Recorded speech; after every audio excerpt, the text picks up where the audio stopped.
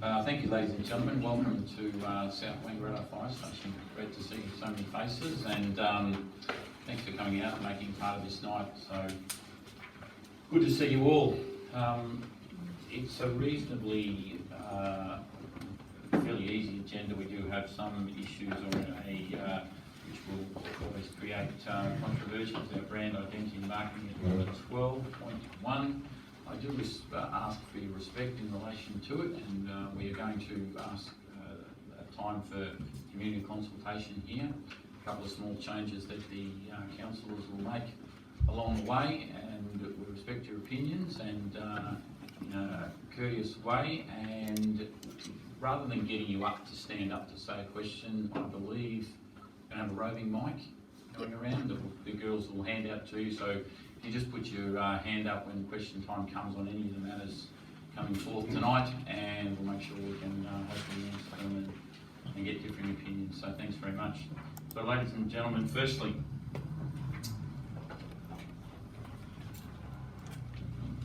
I wish to acknowledge the traditional landowners of the land on which we are meeting. We pay respects to their elders, past, present and emerging, and to the elders of other communities who may not be with us here today. The opening prayer, if we'd like to stand for the opening prayer.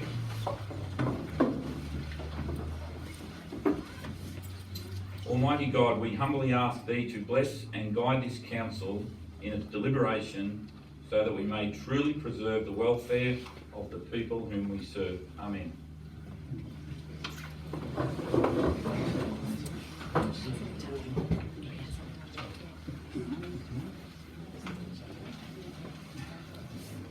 Ladies and gentlemen, the Rural City of Wangaratta live stream under clause 91.4 of the Governance and Meeting Conduct Local Law provides the following. This public meeting is being recorded to improve access to the meeting for our community. The recording will be retained by Council in accordance with Council's legal obligations. As a visitor in the public gallery, your presence may be recorded here tonight. Okay, just quickly go through our agenda, first part there. So we're all I'd like to sneak down to, and there's no absence here tonight, but we have an acceptance of leave here tonight under number 5. Is the recommendation that Councillor Glenn Clark be granted leave of absence for the period the 26th of May 2019 to the 7th of June. Are all councillors in favour? A mover, David Fuller to move, and Councillor Fitzpatrick to second. Are all in favour of his? Oh yes. Sorry, would you like to speak? Thank you. Mr. Mayor, I'm not sure that we should let Councillor Clark go, because last time we didn't go on holidays he broke his arm. So, for safety reasons, we might need to. Right, yeah. Duly noted. Councillor Denton, did you have something? No. But are we all happy for him to go, or even for a longer period? We're all in favour? Thank you. The motion is passed. Thank you. Just quickly on number 6, the citizenship ceremony. Last night, after a briefing session, we did have a citizenship ceremony, so I just wanted to mention that we welcomed in, I think it was, Jasmine, was it? 11. 11 new citizens into to Wangaratta through this ceremony. It was a great session, so thank you very much.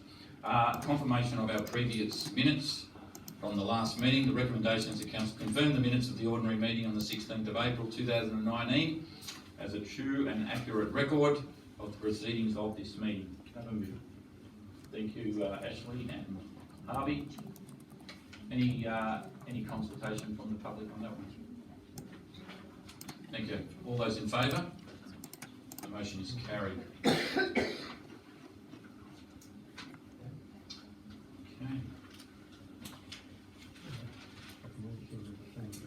Are there any councillors here that may have a conflict of interest with any proceedings here tonight? No, we'll move forward past that. There are no reception of petitions and hearing of deputations. We'll go to Councillor's report, and I'll hand over to Councillor Dave Fuller. Thank you, Mayor Rees. I wish to, on behalf of colleagues, acknowledge the passing of Jim Lewis on the 2nd of May. Jim always offered guidance and support to me and his questions on notice were always contemplative and profound, so we pass our condolences on to the Lewis family. Thank you.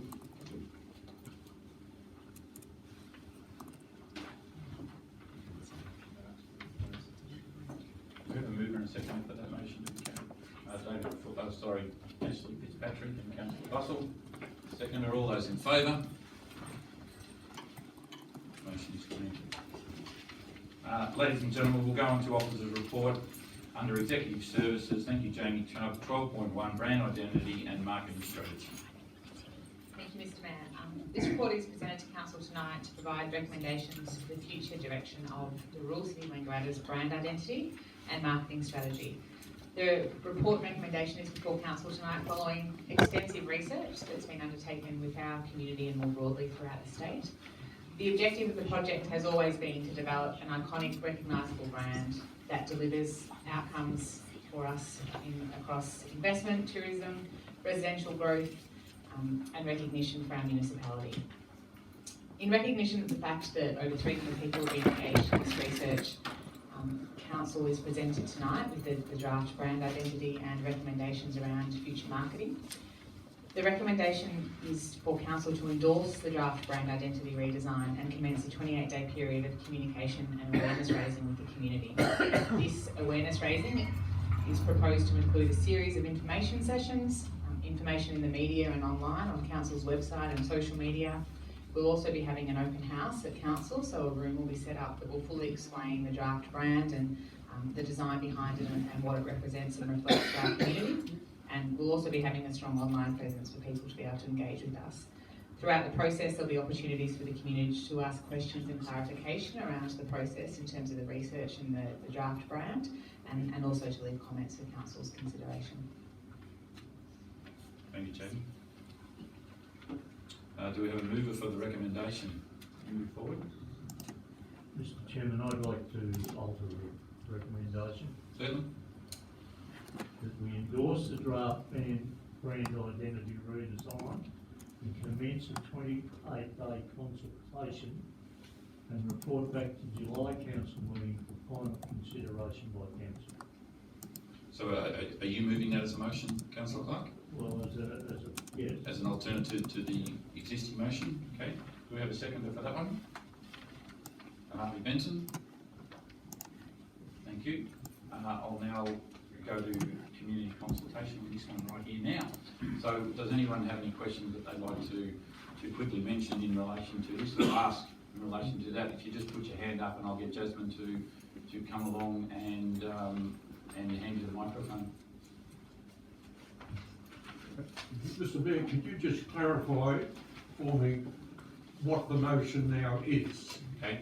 The clarity that I get from the motion that Councillor Clark said, and please pull me up if I'm wrong, Mr Clark, is that the motion will go for a community consultation period of 28 days, where we'll have numerous areas within council. And could you just explain, Jamie, again, the areas where the consultation will take place, or where you'll be able to go and see our new brand strategy work and see what you think of it, and to give your opinions either in writing or verbally to staff there?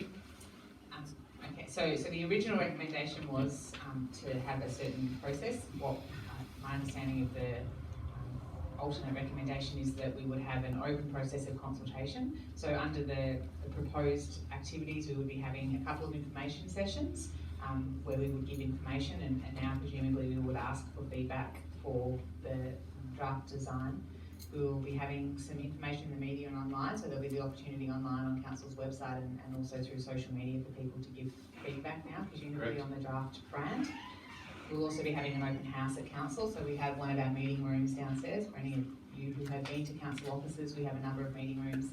One of those will be set up as a bit of an open house where we'll be able to step through the process visually in terms of what the brand looks like, what it represents, and how it would be used in terms of marketing and infrastructure and design throughout the CBD and our rural communities. And also we would have interaction on our website and also through written applications as well, so people would be able to write in and email us or comments to us via offices. Okay, thanks, Jamie. And then, so upon that being done and your comments and recommendations, it will come back to council meeting in July for final consideration. The July meeting is third Tuesday in July, 16th of July. So the 16th of July will come back for either adoption or not. Yes, please, just before you go, Brian, could you just state your name, Brian, Yes, for the record, Brian Jones? Now, is this relevant to what's on this bottom here of the sheet? Is that to change the Wangaratta design or whatever you call it? Correct, it's not just the change of the logo is the smallest part of it, but it is in relation to the whole brand re-strategy. Well, Strategy. 2 points to follow on from that. What is it going to cost and what beneficial will it be for the ratepayers of the area, if any? Sure. It is actually in the agenda here tonight on what it is going to cost and the breakdown of the costings in the rear in the attachments on how much we're spending on marketing, advertising and re-signage, etc. Bearing in mind, ladies and gentlemen, our signage throughout Wangaratta has been out for a long, long period of time and is due for updating anyway, whether it's repainting, rebranding the same brand. It's going to cost hundreds of thousands of dollars over the next X amount of years to do that because it's had numerous complaints of signs being faded, not being able to be read, etc. So that's part of the process anyway that will get done over the next couple of years. Can I just say something? Yes, sir, could you just grab the microphone and state your name? Yeah, hi, my name's Adrian O'Callaghan, and I'm a resident here in Wangaratta. And can I just say, that is just absolute garbage. There is nothing wrong with our street signs. And to, look, I'm a bit of a late comer to this sort of discussion, but I've got to say, I mean, like, why can't we replace existing signs and like to replace all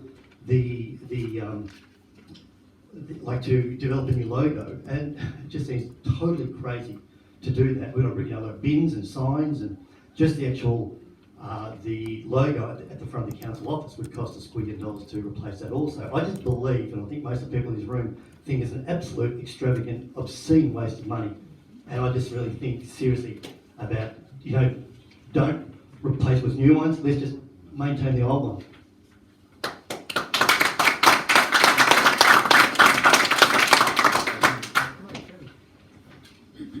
Thank you for your comments. G'day, Ian Davidson, ratepayer from Wangaratta. I've got two questions.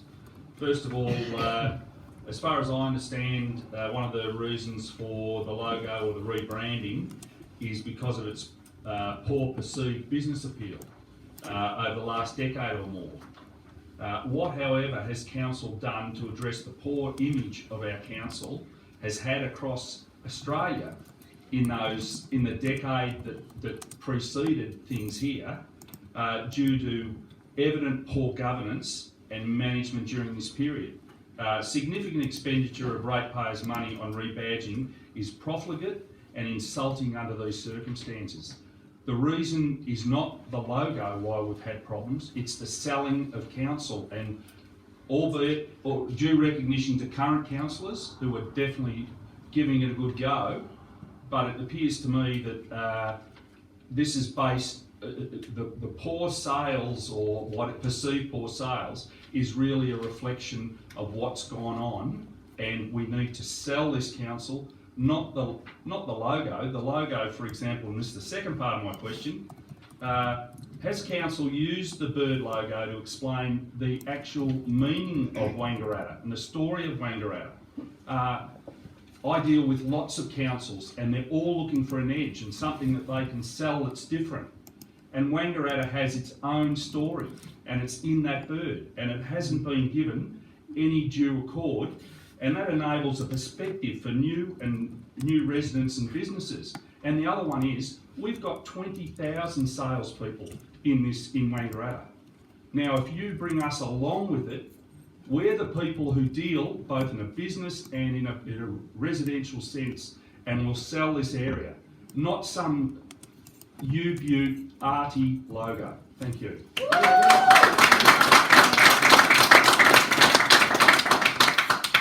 Thanks for your comments, and I appreciate them. As part of this style that you're saying, that we do not, from what's gone on in council before, and we need a better image out there, The bird's been the image for the past 30 years, and again, you're all getting the wrong point. It's not just about changing the logo, it's the rebranding of Wangaratta outside. We need to change, we're not changing. Do you want Wangaratta to be the town that they look at in 30 years' time or 50 years' time in planning and say, don't do what Wangaratta did, which was nothing? You're not prepared to change. We change our cars, we change our houses because we want something new, different, better, unique.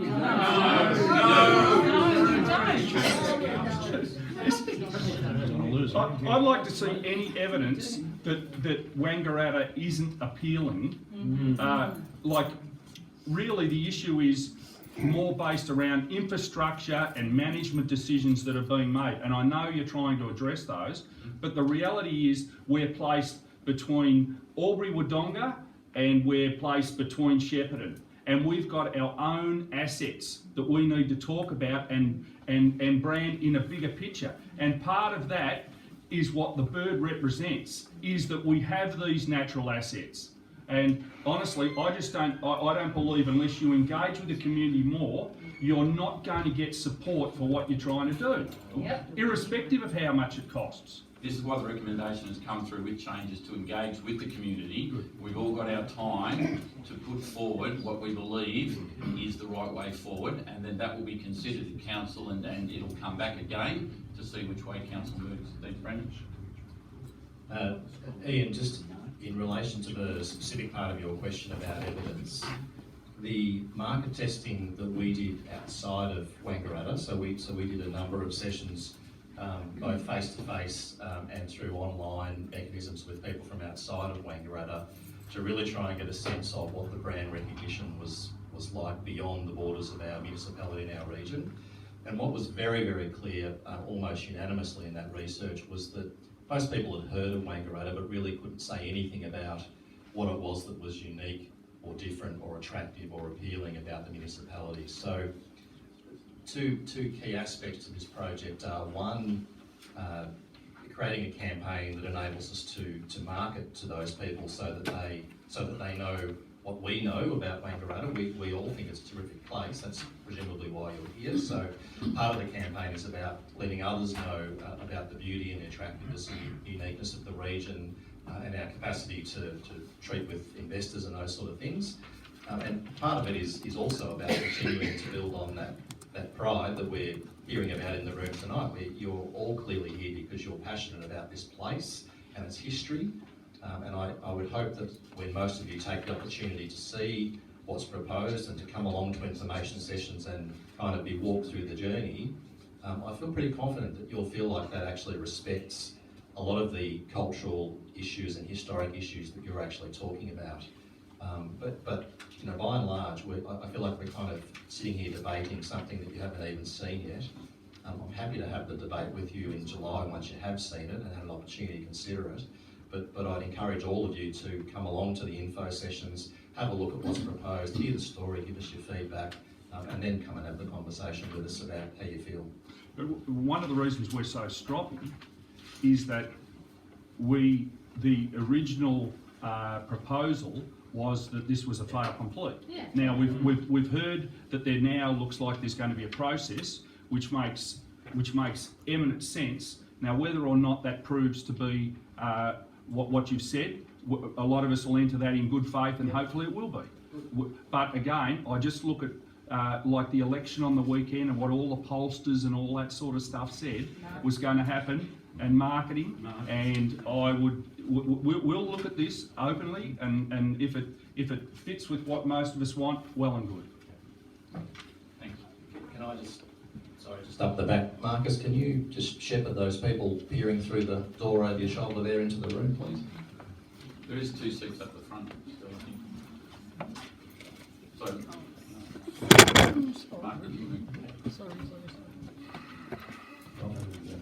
just with regards to your comment there around evidence, yeah. So if we have a look at history, history shows that Wangaratta grows on a population of about 50 people a year. If we have a look at the demographics of Wangaratta, you know what our greatest growing age category is? 70 plus. Do you know where we see the biggest downturn of people? 18 to 25. That's the demographic. We want to continue with Wangaratta to be a strong residential town that's moving forward. Then we've got to start targeting and start looking at what we're going to have to do, and that's what this is. The start is all about. We've got to make changes. Yes, sorry, just, who's got, Yeah. sorry, man, sorry. Wendy Leach here, ratepayer. I'd like to make a comment. I'm not in favour of change for change's sake, but I'm actually here with a comment from someone else who couldn't be here tonight, and that was a person who was had an inquiry or a survey online somehow, and she was disappointed that in that there was nowhere for her to put her own comment at the end. So what was the point? She didn't agree with any of the dot points. She had nowhere to make a comment. So hopefully, you know, we will get a chance to have a say. Great, thank you.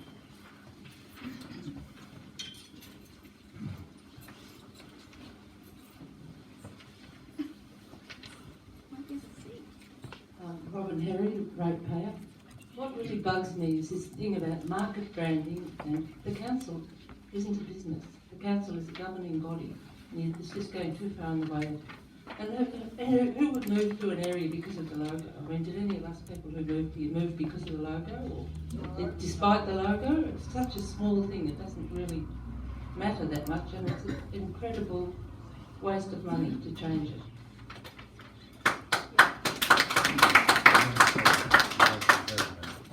Robin, thanks for your comments. Excuse me.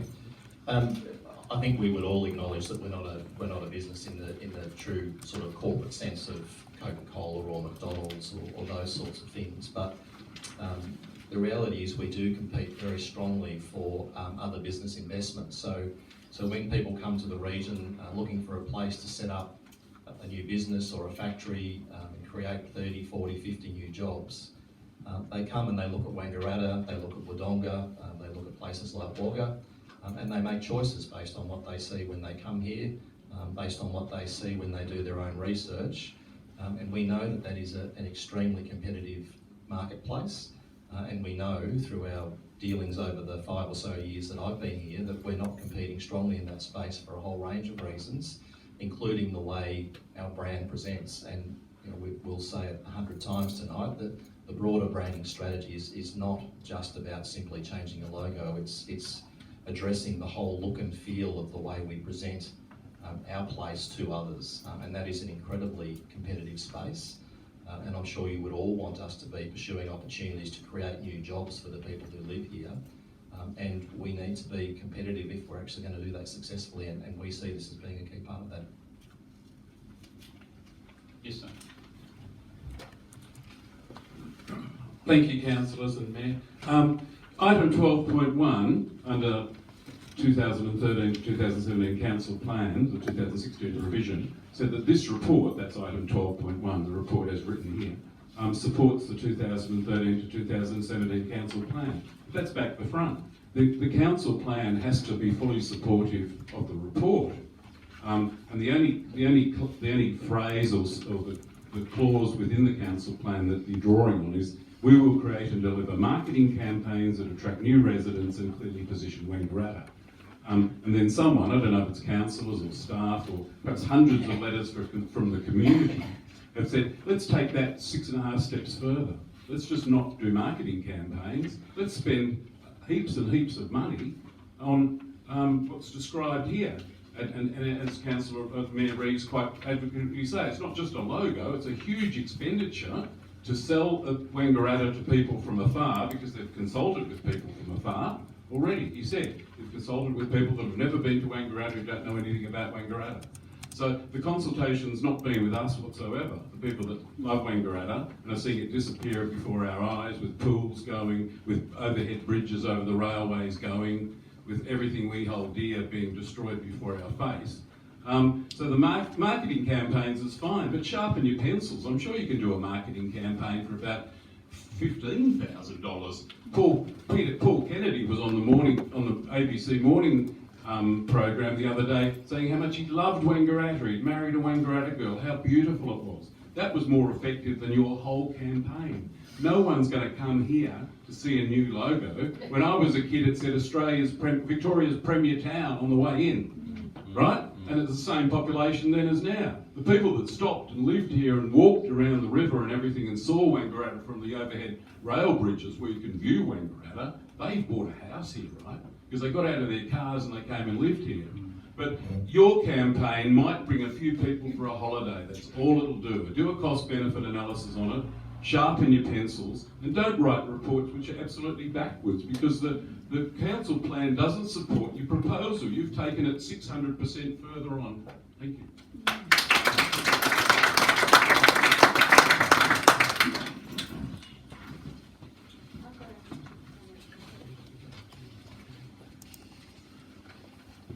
My name's Lynn Sheehan, and I am a recent, well, I've been a resident and now a ratepayer for 16 years. I saw the article about this meeting today in the paper, and I've been in lots of different jobs and stuff. I've nearly left 3 times because there hasn't it's been behind. I do consider looking at this proposal with objective eyes. I did notice that it said in the paper, when I was reading the paper today, that it's linked in a lot of the towns that are in rural city of Wangaratta, not just Wangaratta being the Two Rivers meeting. So there's a lot of towns along the King River and the Ovens River. So I really thought that was great. There is consultation. I know I've been involved in marketing and tourism and retail and hospitality and all that. Fortunately, because I stuck around and stuck it out, persistence, I got married, so it's kind of kept me here to be in the community. And I say the community because I've been a solo person.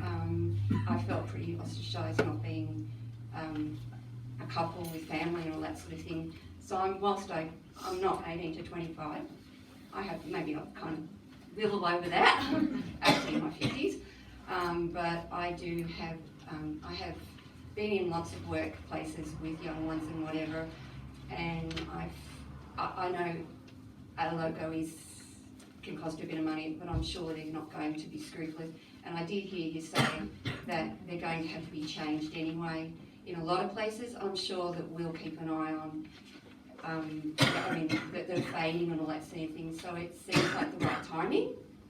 Yeah, so that's all I wanted to say. Thank you. Anne Johnson. Hi, Anne Johnson from Tarrawingi. I would actually like to congratulate the councillors for stepping out of the box and looking at something differently. I have 3 boys that I would love to stay in the region for employment and schooling, and I'm a big believer that changing the brand name, and a brand isn't just a pretty logo with what I thought was a swan until recently. I am sorry, I did, and I even had a husband that worked on the council at one point, and I thought it was a swan. But in knowing that this logo issue was coming up tonight, I thought I would click on the website and see if there was something that could tell me, one, when the logo first came in, and I cannot locate that anywhere. Did find an interesting fact to say that we were once the Shire of Millewa for about 3 months. But there is nothing that tells you that those blue swipes in the background are mountains, apparently, and what are the yellow things around the swan. So even this logo, I know that history people are attached to it, but how many people here can truly tell you what all those elements in that logo mean? It's not just a picture, it's what you're trying to sell is the goodwill of the council as well. And sometimes, even in business, we change logos. I know that in my own small business, we change logos to freshen it up and open eyes up. Perfect example is Insight Real Estate have just changed all their logos and branding, and it looks fantastic. Councillors are doing something outside the box, and I think we need to give them an opportunity to see what's going to work.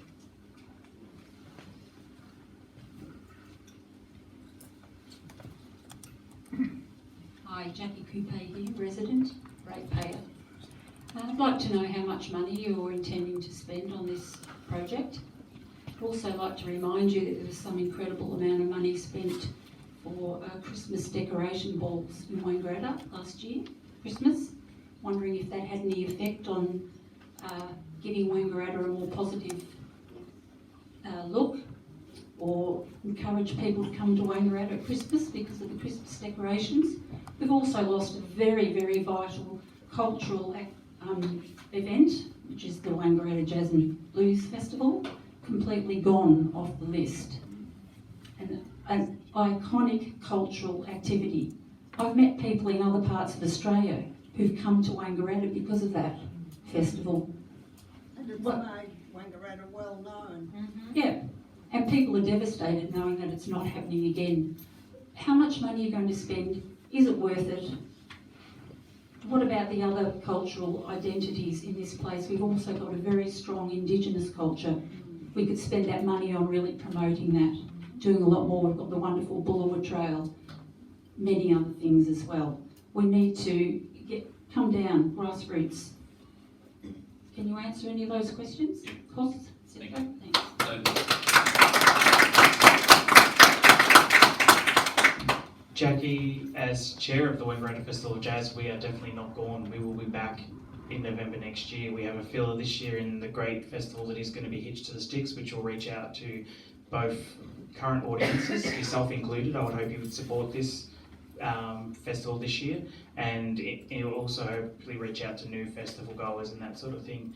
The Jazz Festival will definitely be back next year. We've done a lot of work in the background to get set up structurally. We've had a lot of great support from both council but also from Creative Victoria, who are guiding us along the way. So that's one element that is not dead, not gone, and not going anywhere.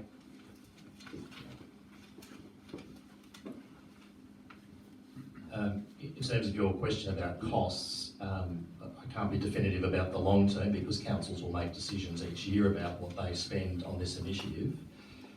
What's in the current year's budget is an amount of $300,000 that relates specifically to brand and logo related changes. Now, you need to bear in mind that's not entirely a new $300,000 spend because it includes things like uniforms. We won't just throw out all the uniforms tomorrow and buy new ones.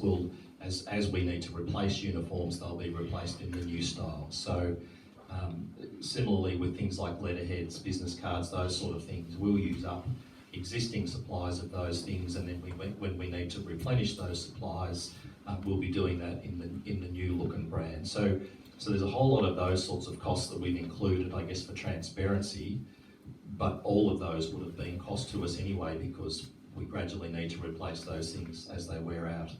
There are, though, clearly new one-off costs like signage on the freeway. That would be one of the things that we would change almost immediately because it's such a high-profile and important part of conveying the new brand image and look. So I guess there's a mixture of existing ongoing costs in amongst that as well as some new kind of immediate impact changes. Then the biggest spend over the next few years, which I imagine, subject to council consideration, will be in the millions of dollars, is around the actual marketing campaigns, the promotional activities, the competing for businesses, the development of collateral for those sort of things. Now, we spend money again already on various marketing related activities, so some of that will be a simple kind of like-for-like replacement of money that's already in the budget, but a big chunk of it is also new money with a real increase in spend in those sorts of areas to achieve all of the things that we've been talking about earlier. Sorry, I was also just going to say that in terms of our support of the Indigenous community and certainly Council's strong celebration and recognition of our Indigenous story, there's a lot of work that we're doing in this space and have done for a really long time. And as you mentioned, the Bullawa Cultural Trail is really iconic for Wangaratta and really celebrates our Indigenous story, and that's something that we're continuing to work on and continuing to roll out and extend that along the river. We also work with our Indigenous community a lot around celebration and storytelling, particularly around weeks like NAIDOC Week and Reconciliation Week. There's a number of projects around the Mary Jane Miller sculpture that's being proposed that we're working with, and also really importantly we work with our Indigenous community around service provision. So we're on the planning group for the Wangaratta Gathering Place and actually creating some really meaningful service provision opportunities for our Indigenous community. So there is a lot of work that Council has done for many years around our Indigenous community. Thanks, Tony. Brian? just before we get too far down the track, just to answer Ann's question. Yes. The cormorant came into being at the time of the amalgamations of the city of Wangaratta and the two shires, and but of course the cormorant was always around and has been since Aboriginal time, but it was never our logo until I think it was '94 that it became our logo. Thanks, Ken. Yep, one moment, Brian. What is the new logo going to look like? Can't describe it. Need to see it,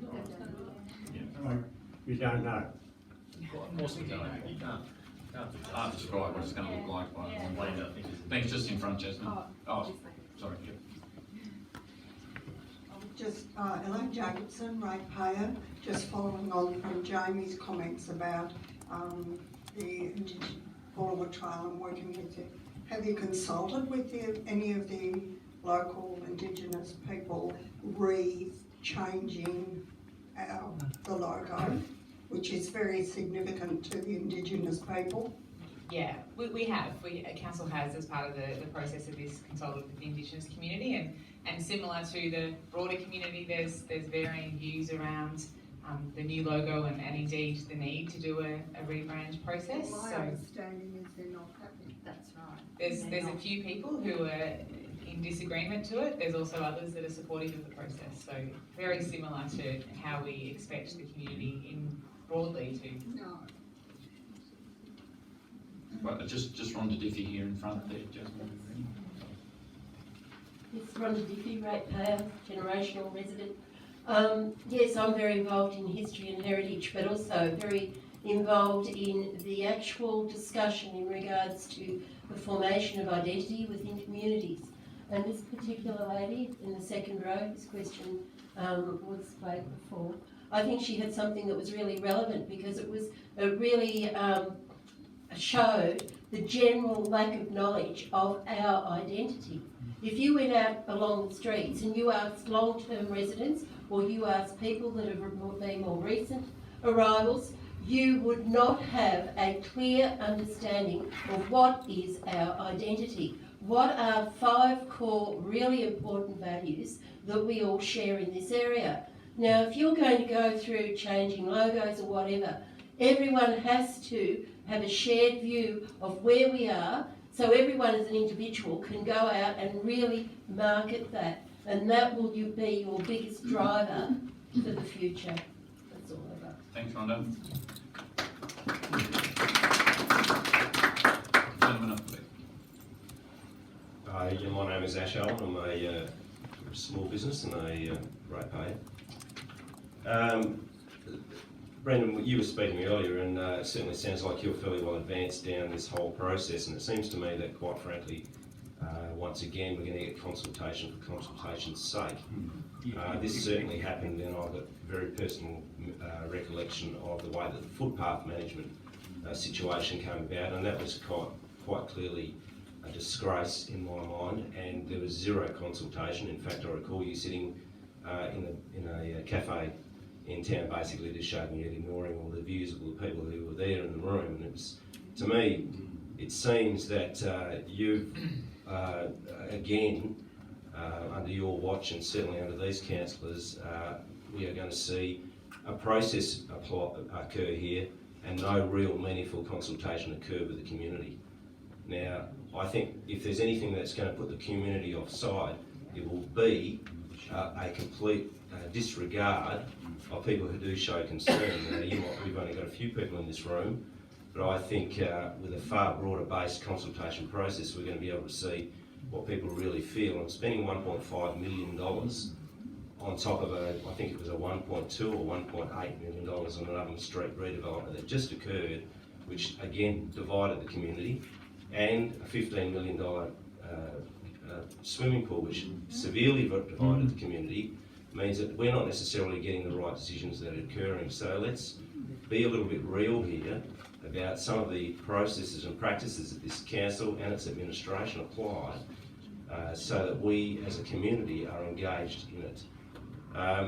if you are looking for reasons why people don't invest in Wangaratta, and maybe in some towns, and I recognise we are part of the broader state of Victoria, but there are regulations for regulation's sake, and people constantly have issues in regards to development. Now, I can only speak anecdotally because sadly I'm not able to afford to do my own developments, but I speak to people who say they're just getting regulated out of development. And I find that unusual, because if we're seeking development, but we're actively working against it, and that isn't going to help us get one extra person in the town or create one extra job. So rather than necessarily being a brand, maybe a brand identity needs to be more around, this is the easiest place to come and set up and run a business or create an opportunity for yourself. These are the issues that really matter. Look, I've contacted the councillors, and I've freely admitted I actually find the current brand to be quite flowery. It doesn't really jump out at me, but I'm not necessarily prepared to spend $1.5 million changing it. Yeah. I don't think anybody would. So I think we really probably just need to have a really close examination of the things that are blocking people from actually actively developing in the community. We need to get people, and as I've freely expressed to you all, the people smarter than me who can attract medium-sized businesses to this town. If we snag a big one, great. And if, yes, agreed, if we do need to market that, let's do it, but let's do it based on what we have, and let's try and keep the frittering of money down as much as possible.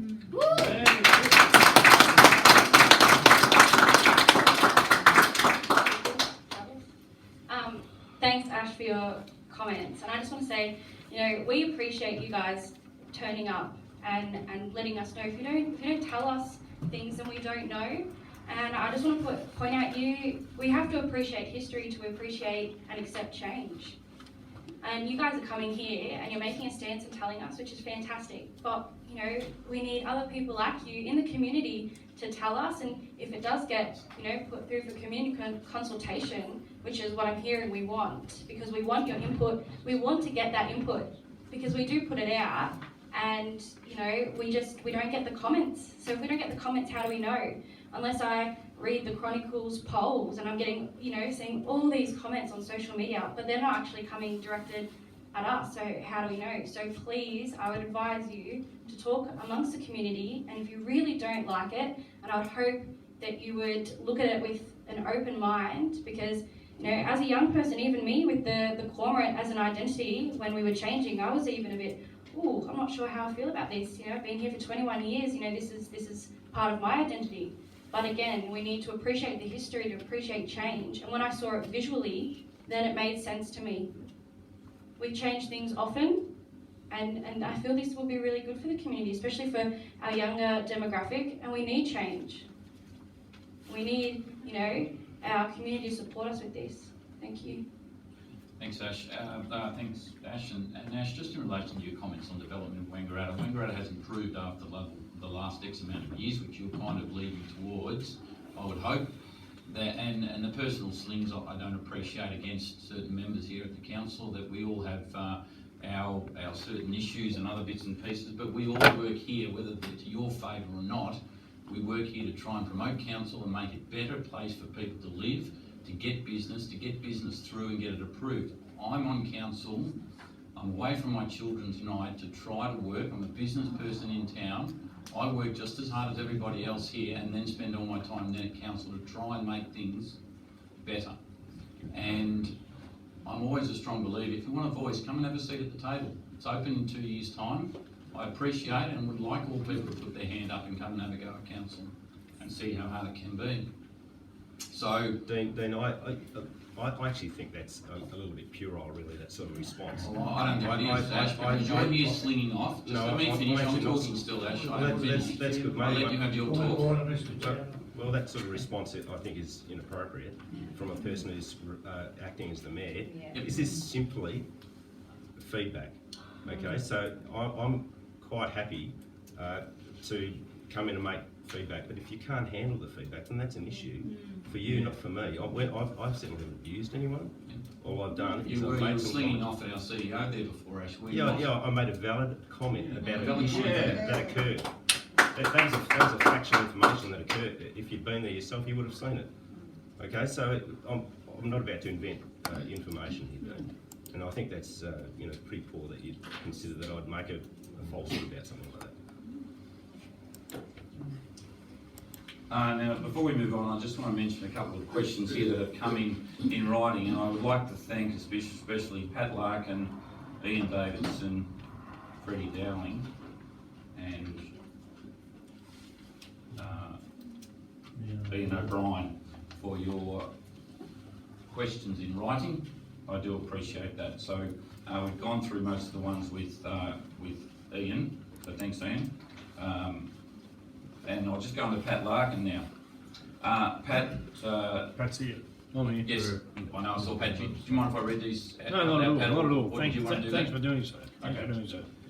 I wish to raise two questions through the elected council of the rural city of Wangaratta with reference to the proposal of changing the current logo of our city.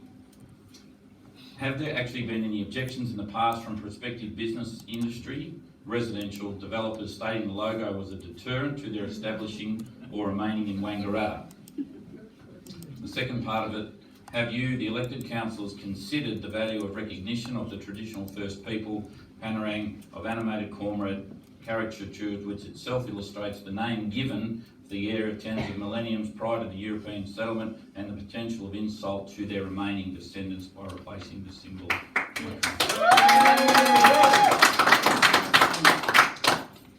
Thanks for the question, Pat. I'd just like to follow one further, if I may. Yep. Thanks very much, Mr. Mayor and councillors, for accepting that those written questions. The first one I think is largely been dealt with, and obviously industry hasn't been turned away by the logo from what's been heard tonight. The second one, I also must express a bias.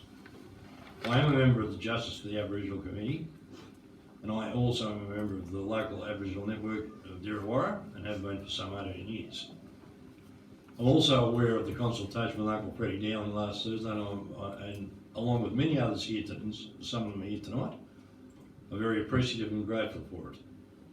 I find it incredible to hear some of the feedback that there is variation in the response from the Indigenous members of this community, particularly the long-term descendants of the Bangarang. I have seen no evidence of that whatsoever.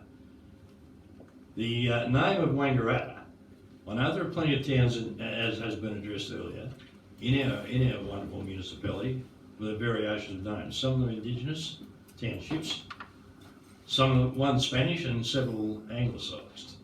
The name of Wangaratta has been for thousands of years synonymous with the long-necked cormorant, and it seems to be an insult to the traditional custodians, our First Peoples, to remove that from Wangaratta. Yeah. Thanks very much for that.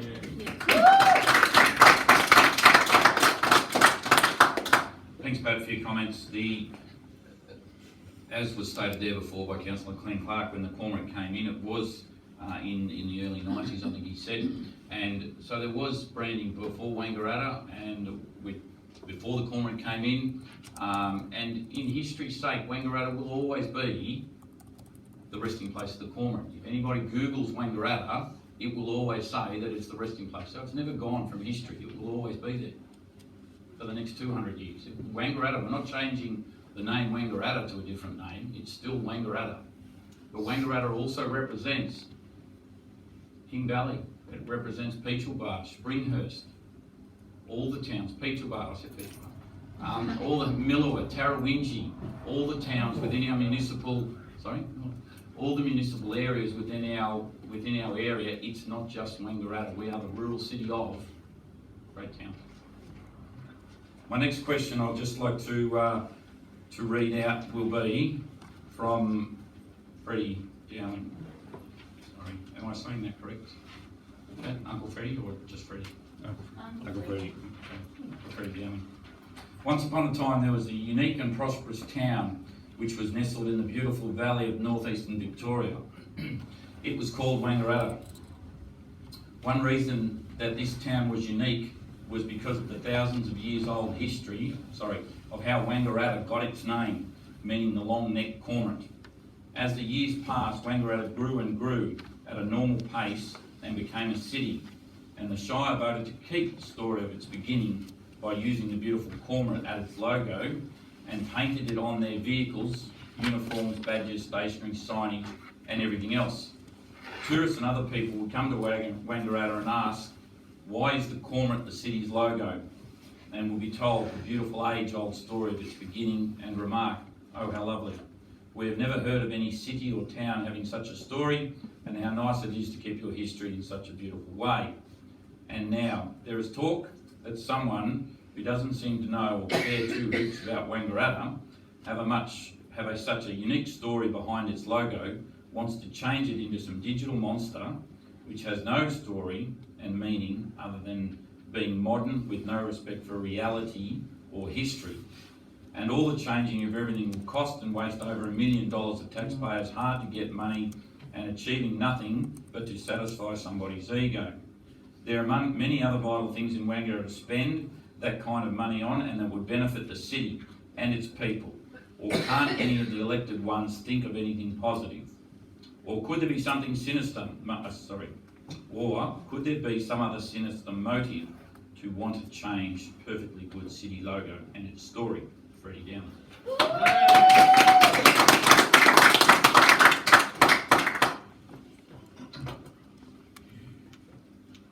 And Ian O'Brien, Ian O'Brien's not here? Ian? Yep. You happy for me to read your question? Yep. There is an expectation in the community that our elected representatives will show due diligence sorry, I'm reading the wrong one part of it. No, that's correct, sorry. Having received a response to the email from Councillor Mark Curry that was only another list of general outcomes which could be expected. Can you share the community the case or data that has indicated that it is a necessary step that these changes have highly probability of raising the profile of the city of Wangaratta? Correct? Correct.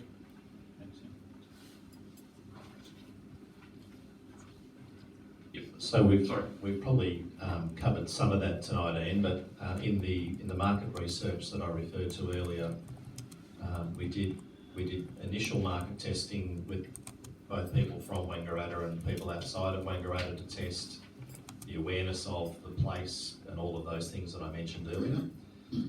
And then at the other end of the process, when we had developed up the stuff that will become available tomorrow, we went through the same sort of exercise with people from within Wangaratta and outside of Wangaratta, and asked them those very questions that you're putting here around how would seeing this sort of imagery impact your views of the region, your expectations, your interest, to really try and quantify whether what was proposed actually had a meaningful impact on those impressions that people had. So we've got good data from that market testing to support the case that it will have a very positive impact. The real test, of course, in these things is always in getting campaigns out into the market and actually seeing what the response is. We also know from conversations with other, in some cases quite significant councils, are able to tell us about the impact of the sort of branding journeys that they've been on and had for them. So yes, we have done our best to quantify that impact and to measure its likely success. But as I say, the real test is obviously getting it out to market and starting to promote and market and put proposals forward to people. What if it doesn't work? Yeah. It's a lot of money. Yeah, look, you have the opportunity to reiterate and change and refresh and review these things as you go. I think doing a review of the success of things as you do stuff is a normal part of any project. You know, you design the project, you put it out there, you test the impact and evaluate it and refine it and continue around that cycle as need be. So. Brendan, can you give us an actual example from another council that had put something in place? That you know what it's worked? I think the City of Melbourne is a good example of a municipality that It certainly attracts electronic is one that's invested pretty significantly in its brand and its marketing campaigns, and you know they've attracted businesses, they've created jobs, they've grown visitation. So I think there are numerous examples around the state of where this work has been done. I don't pretend to be the expert on all of them, but And we've certainly seen case studies from other municipalities like that where it's been quite effective. And Ian. Sorry, I thought it was my question. No, go on. Go on. No, go on. Yep, sorry. Yeah, I'm Ian O'Brien. Yep. But turn this on. No, it'll come. Thanks for answering my question, but you haven't really answered it. What was the sample size of this survey we did? The sample size both within Wangaratta and external to Wangaratta? I know you guys are all over this, so you'll have all the answers at your fingertips. So. Yeah, so there's been just over 300 people involved, and they've been through a mixture of face-to-face focus groups and online surveys. I think, as somebody else said earlier, that 300 is a really small group, and people who survey for election results have much, much larger groups that they survey, and they still get it wrong. So where's your confidence that this is the right thing to do? And can I also ask, we've had a lot of questions tonight about how much it will cost. I've heard we're not going to change uniforms because that's part of the normal rollover. We're not going to change the signs over the one on the freeway. Where's the 300k going? So just to try and clarify that again, my comment wasn't that we were not going to change those. No, you things. said it was in the normal rollover, so it can't be considered an extra expense. Well, let's not reinvent what I said. What I was trying to explain. Sorry, was, you said it. What I was trying to explain to you was, well, we won't go and throw out all of the uniforms tomorrow, and we won't go and change every single sign tomorrow. Some of those things will be changed as they need replacement. Some of them will be changed immediately. The example I gave you was the freeway signage. So I never said we wouldn't change those things. My point was we're not going to go out tomorrow and immediately change those things. Okay, so you still haven't answered the question. Whether they're changed tomorrow or in 5 years' time, what is the 300k going to be spent on? Well, it is a because you must have an idea. It is a mixture Clearly of all got it all those. set up and ready to go. It is a mixture of all of those things, and it's actually spelled out in detail in the report tonight. Where's the report? I didn't get a report. It's on page 12, and it's available before you come to a meeting from a Friday on the afternoon. So you can view this every week, every council meeting. You can download an agenda with all the attachments the Friday before the meeting. I feel really frustrated with this room and the whole of the municipality occasionally that we come into this situation. The motion hasn't even been passed yet. It's been put up for a 28-day consultation. That is your opportunity to go in and say to each individual councillor or the CEO that is your opportunity to say, yes, we love it, no, we hate it, yes, we want to keep whatever we had originally. The decision hasn't been made. The money hasn't been spent. That's what a consultation process does. Yes, I know that you believe that there's been other consultations that didn't work, but we've got councillors that are finally listening. We've got councillors that ran a parking strategy and held meetings at breakfast, and they were at meetings by 7 o'clock in the morning so that it would work with business owners to be there. They are making themselves available for us to give feedback to, but people don't seem to do it. They do it through channels of the Chronicle, which isn't actually what the councillors can make a decision on. If you want to have your voice heard, put it in writing, go to the consultation things. Even your say here in this meeting doesn't actually count until the process of the consultation starts. Thank you for your support as a person who's clearly very experienced with this. I went to the website today to find out how to put in that question I made no mention of the fact that the agenda was available. Nobody bothered to tell me there was a bloody... The agenda is mentioned in every... Don't hold that up and wave it around in my face. Okay, so I asked for it. I can't get it. That's enough.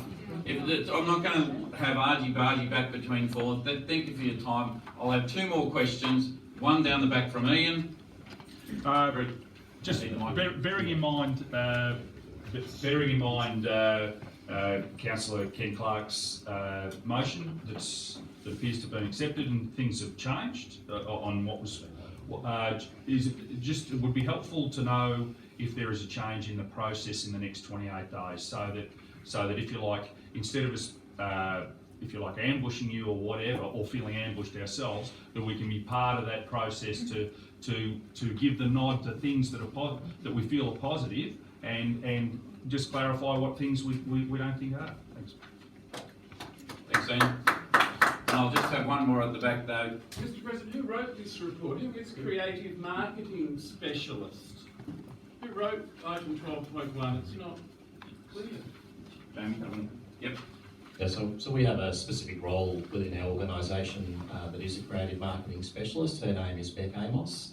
These reports are always a collaboration between the author and a number of people who review them. So this particular report, as well as being drafted by the author, has been reviewed by Jamie, who is the director of that area, and ultimately by me as the CEO.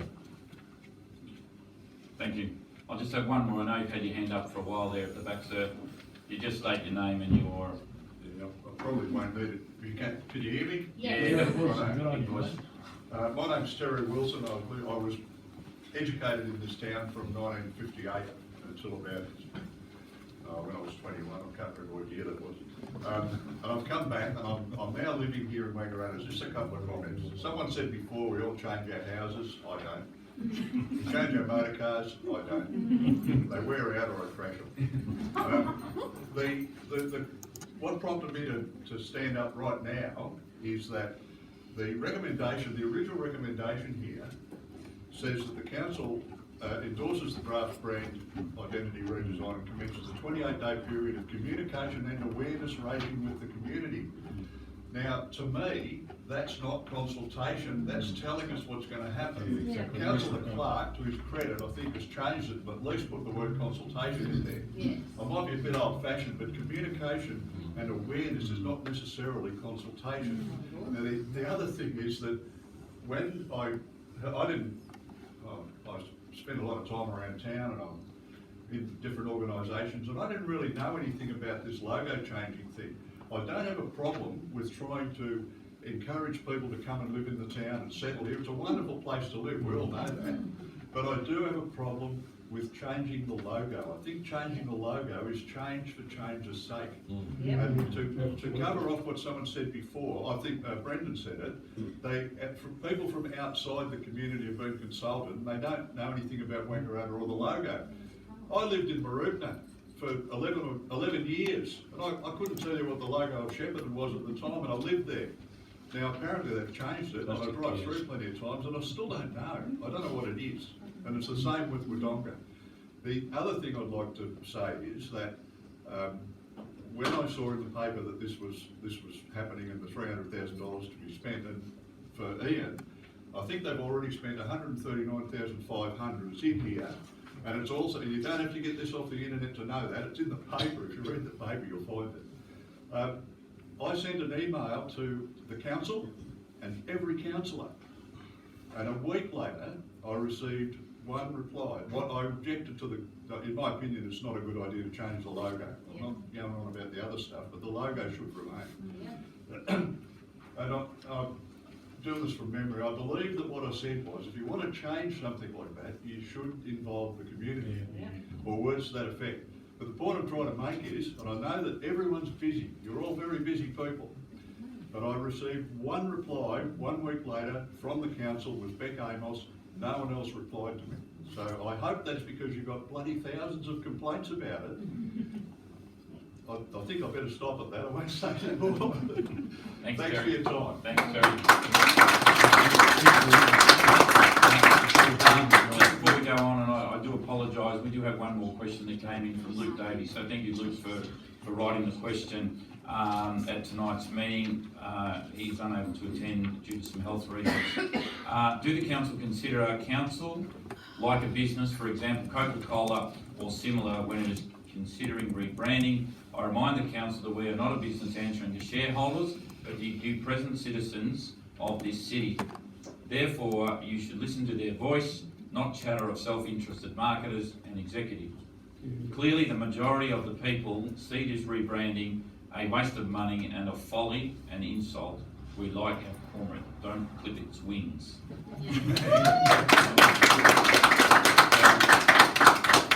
Thanks to Luke, I hope he's watching. So ladies and gentlemen, it now comes back to council to move forward with Councillor Clark's recommendation to move forward. So I'll now put it to the... Excuse me, Mr Mayor. I'd appreciate being ignored. I've been doing this. I want to ask one simple question. What is the fixation with council and government departments about 28 days. 28 days is not near long enough to consider this. It should be 68 days. When I asked one of the officers of the council what the fixation is, they said it's legislation. Well, it's not. Don't tell me things that aren't true. The legislation is 28 days minimum. You can have 228 days if we want. So this has got to go for 60 days minimum. And you have got to get the public of Wangaratta loving what you do. If they don't love it, you can spend all the money you like, and it will go nowhere. Thank you.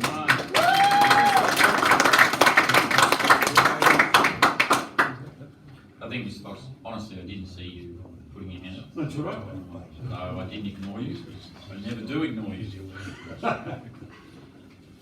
So thank you. So we'll go back now to the mover of the motion, Councillor Clark. Would you like to talk?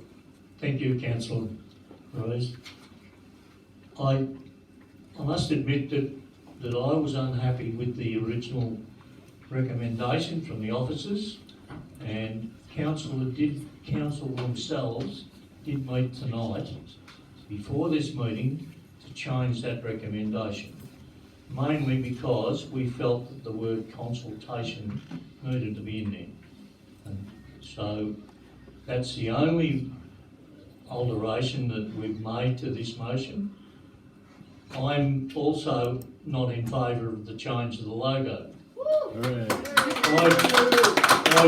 I spent more than $3,000 of my councillor and mayoral allowance in the 2.5 years that I've been a councillor, promoting Wangaratta by wearing the cormorant. And I will be voting against the logo when it comes up, unless I'm convinced otherwise.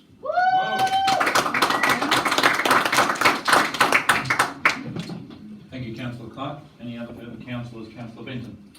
Thanks again, Mr Mayor. Every email I've received and phone call I've received is around about the identity. And one of the things that I'm very passionate about around this council table is going forward with the identity. There's one thing that's lurking in the dark room, and the elephant in the room is amalgamation. And when I look around this room here, I was one of the people that fought very hard to have the rural and Wangaratta in this name.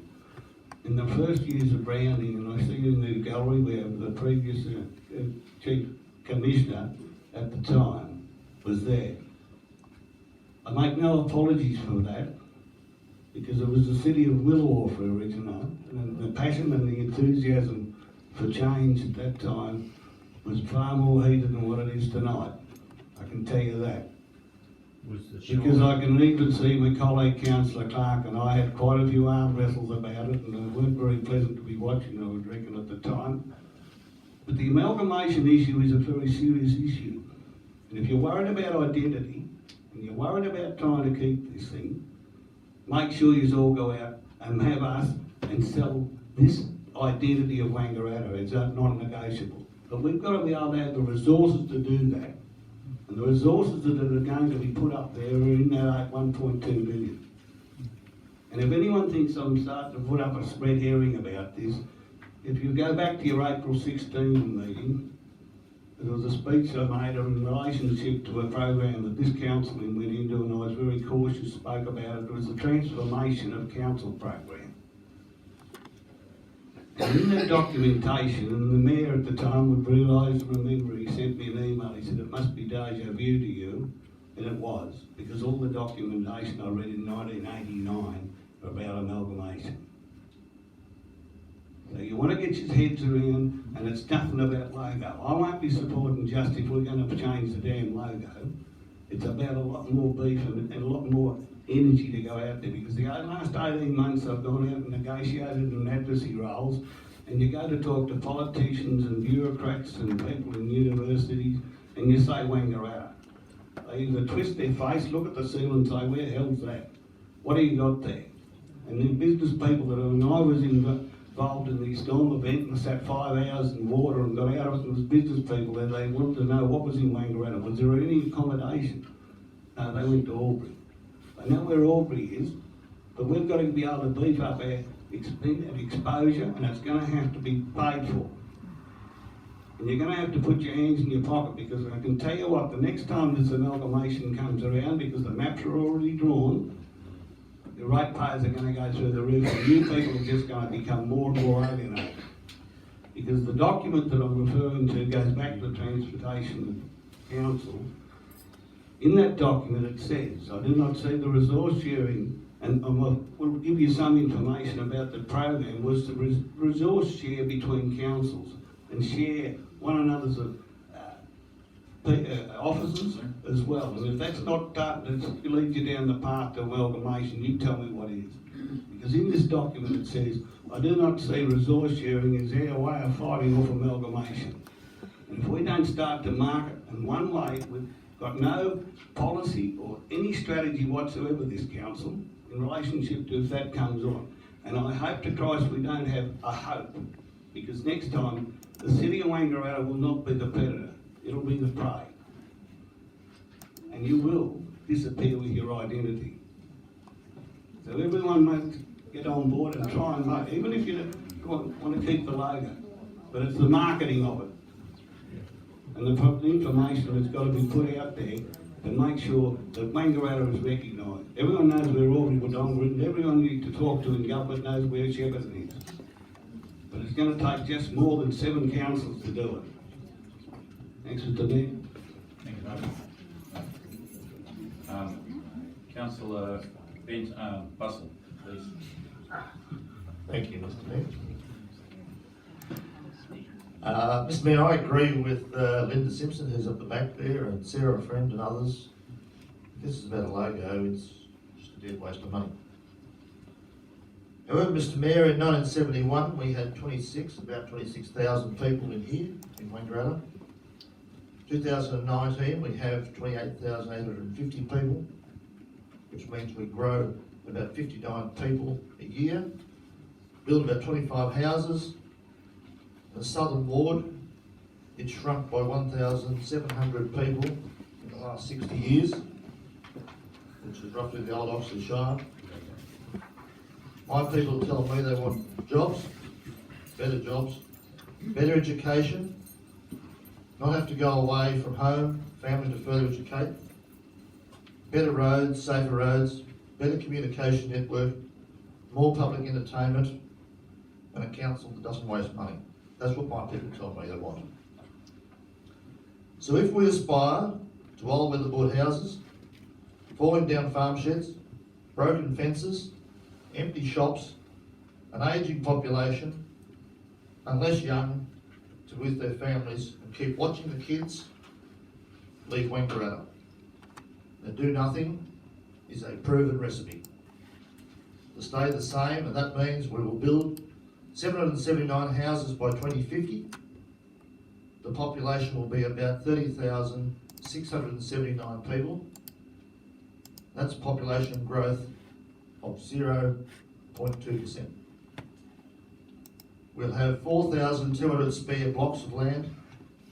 We'll have lost millions in potential rates because nobody's built on them. At 0.2% growth, I think we'll fail our aspiring young people and visitors and businesses and our new businesses that want to come to Wangaratta. I think we need to lift our population growth to about 3% per annum. And my youngest is 7, and I can tell you with a young family, you have a different set of glasses on and how you see the future.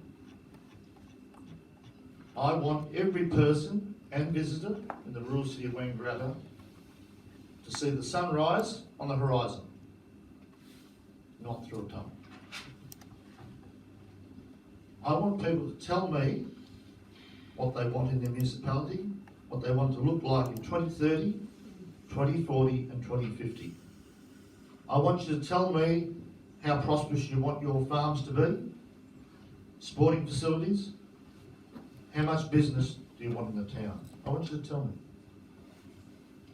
We can make our farms and our townships and our city much better than it is right now.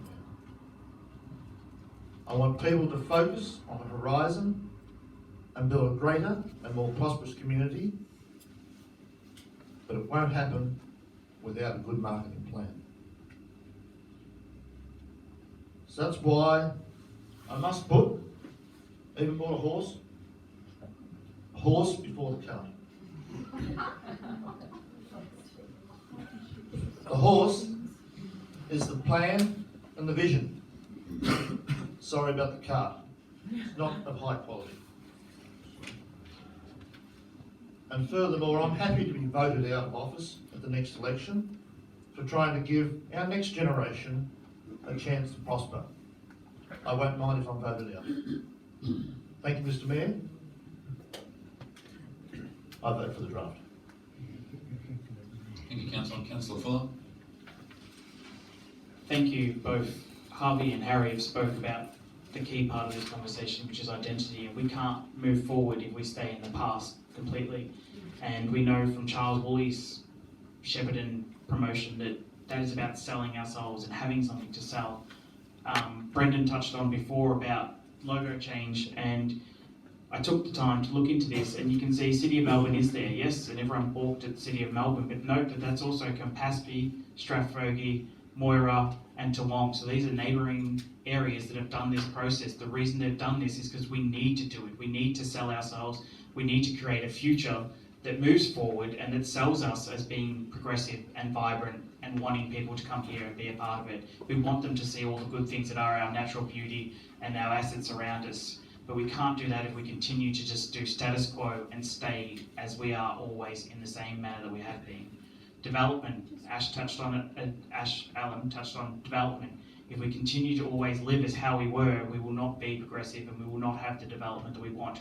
We're doing inroads. We've put a lot of money and investment. Brendan's team around him has strived to make development and development services much better. Stephen, very quietly sitting here, is leading his team through those changes so that we can have progression and move forward. Thanks, Mr. Mayor. Thank you.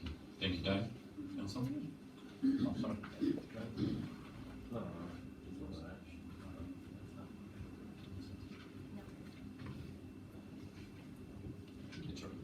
Yeah. Thanks, Dave. I'd just like to say, individually when we campaign, each councillor spoke about one consistent thing for Wangaratta, and that was economic development. Therefore, now as your elected officials, we are constantly trying to deliver on the commitment of improved economic development. Some businesses are purchased because of their brand and others because of the opportunity a new business owner can see within that business. In the latter scenario, there is usually a marketing campaign to build the brand, and as such, there can be a lot of changes. In my words, we need to be distanced from the old brand of Wangaratta as it comes with a history and connection which is not flattering, especially with developers who want to bring growth to Wangaratta. This is an opportunity to create new energy and relaunch Wangaratta and let the broader country know that we are not the old Wangaratta, but that we are open for business with a fresh perspective on doing business. This is not just for Wangaratta, but is for every person, business and town within the municipality. This is not a point and a half doing something, so either we do it properly or we don't do it at all. I believe the councillors will endorse the rebranding, which will be a positive outcome for our economic development, and when this succeeds for our community, we will succeed together.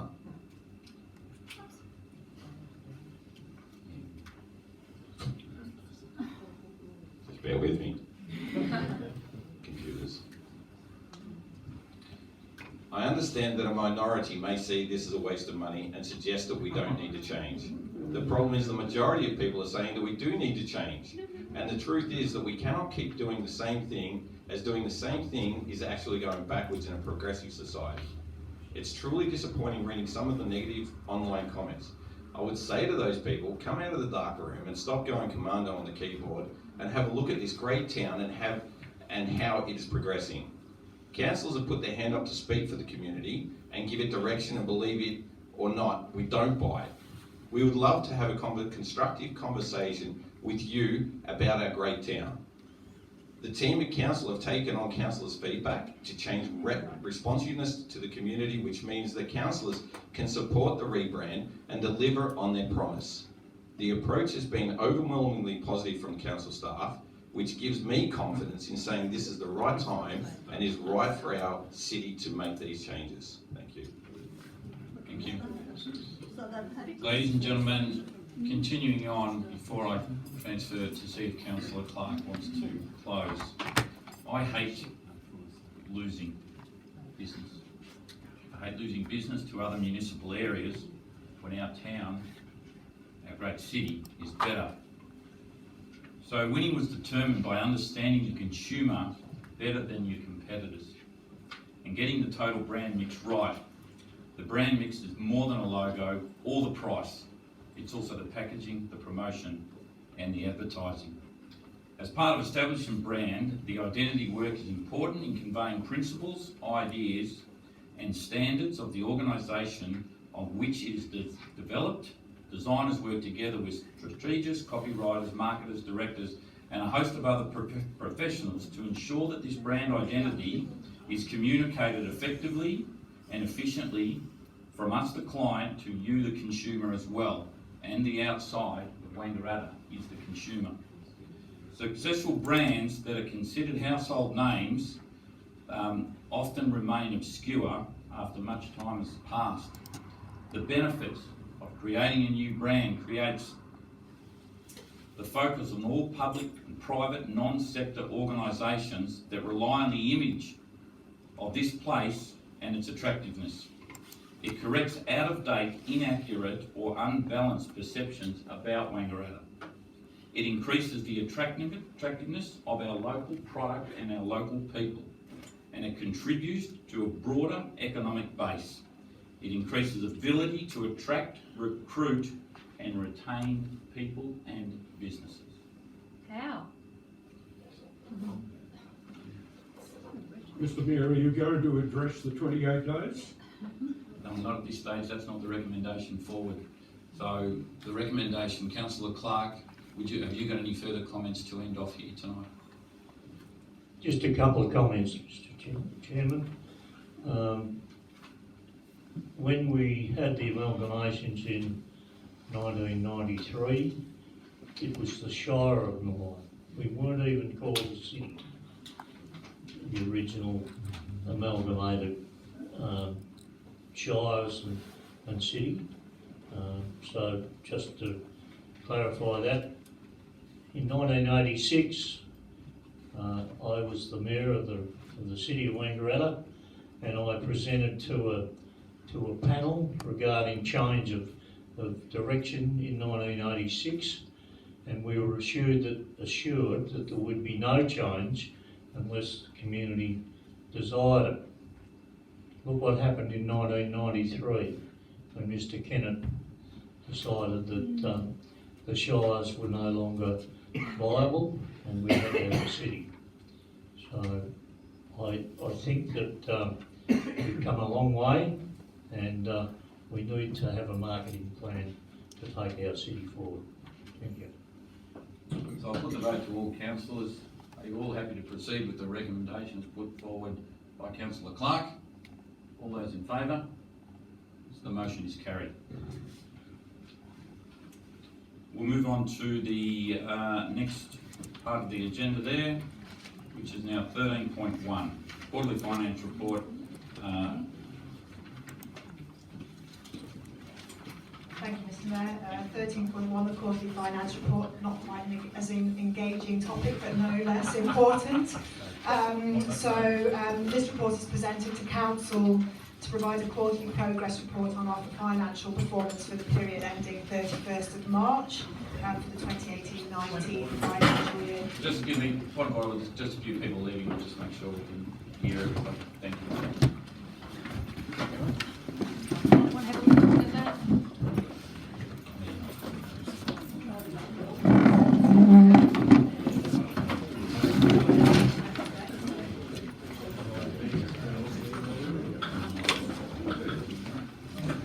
Henry's just getting my messages. Oh, is it an extension call or something? Yeah, yeah. Oh, yeah. Thank you.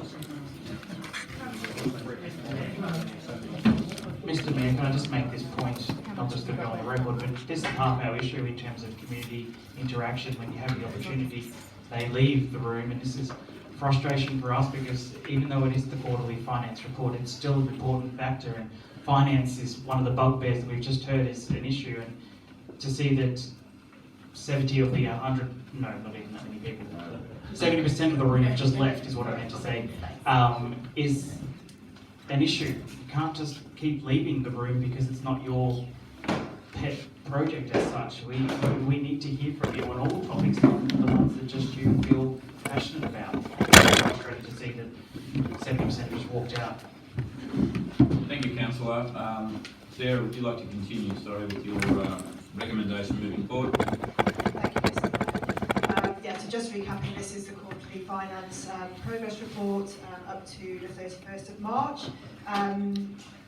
Overall, we're favourable to budget, so at the end of March we have a surplus of 7.2 million versus our budget of 5.9 million, and we're within our budgeted income and expenses line by 2% and 1% respectively, so tracking very close to those. Reasons for the slightly higher than budgeted surplus are awaiting settlement on land sales, so that's for developments such as Murrell Street, which are progressing well, a slight increase in usage rates of some of our council services, and some changes in timing of anticipated market materials and services expenditure. On capital works, as at the end of March, our expenditure was 17.6 million versus our budget of 20.7 million, so tracking very slightly under.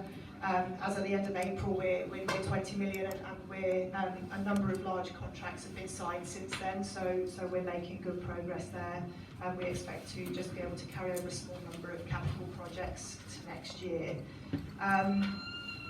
The recommendation I will follow, just before I read that, I have made a request to councillors to put in a slightly amended recommendation that I'll just explain, which is two pieces of funding that we're looking to bring forward into the budget this year and ensure we legitimately do that within the budget. So the first one is for $20,000 to demolish essentially the old Bowser depot, which is a public health and safety issue due to some loose panels, and the second one is $45,000 for preparation of the aquatic centre tender project so that we're ready to operate that when that site is ready. So I'll read the recommendation here and then pass over to councillors for the revised recommendation.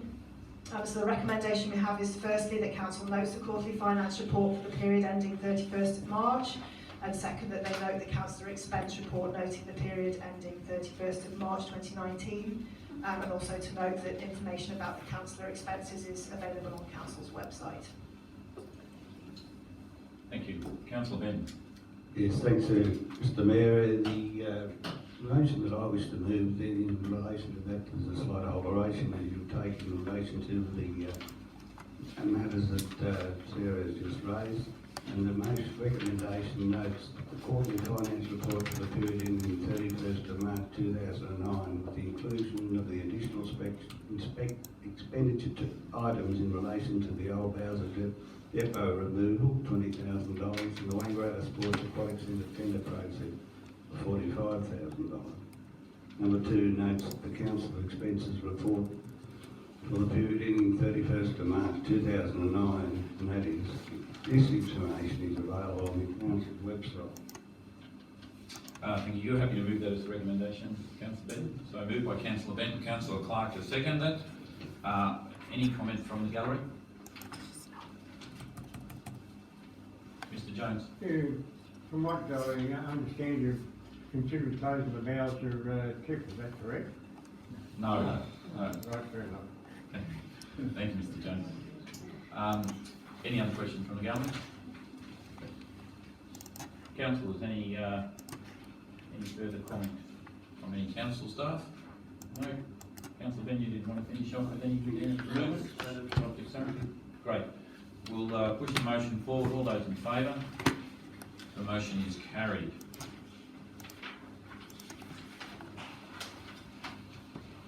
Uh, 13.2 Audit Advisory Committee Chairperson Appointments. Thank you. So this report is presented to Council to approve the appointment of the Royal City of Wangaratta Audit Advisory Committee Chairperson for a term of 12 months. Before I read the recommendation, I just want to acknowledge our thanks to Peter McNeill, the outgoing chair, for his time as chair of the committee and for his ongoing contribution and member of that audit committee. And the recommendation is that council approves the appointment of Gail Lee, external member, as chairperson of the Royal City of Wangaratta Audit Advisory Committee for a 12-month term which commenced on the 5th of March and will expire on the 4th of March 2020. Thank you, Sarah. Going to move for that one. Councillor Curry, seconder. Sorry, Councillor Clark. Are there any questions from the gallery on that one? Yes, ma'am. Has she been appointed already? She's been nominated by the audit committee, but it comes here for that the appointment to be endorsed. So, has she started in March? Or No. Sorry, there were no other questions from the gallery? Just to clarify that, Gail has been a member of the audit committee for some years. So it was just that Peter McNeil's term as chairman terminated and we needed to appoint a new chairman. Councillor Curry and myself are the two nominations, the two delegates on that committee, but of course we can't be the chairperson. Councillor Curry, sorry, anybody else before Councillor Curry finishes? I was just going to say, Gail is just been phenomenal on the internal audit committee, and we're really lucky to have her sitting there and to take that extra step to be the chair. It's only going to grow in strength. So, overwhelmingly, I hope that the support's there from the council, because it's just a given. She's amazing. Thank you. I'll put it to councillors. All those in favour of the recommendation? The motion is carried. Thank you. Community wellbeing and the community grants final category. Thank you, Jamie. Thank you. Hopefully this is a less controversial item. So this report is presented to council to provide recommendations for the community grants for the minor category for this year. So council runs a number of different grant programs, some major grants, Active Wangaratta grants, and then these grants which are our minor grants. We've got just over $50,000 as part of this round to allocate. So the process is that community groups, clubs and organisations can make an application to council. There's a number of criteria that are set out within the application process, and it then goes through a formal assessment with a community representative, council laws and council officers. The recommendation before council tonight is to award funds totalling $50,009 to the following projects, and I will read them out given that not everyone has an agenda.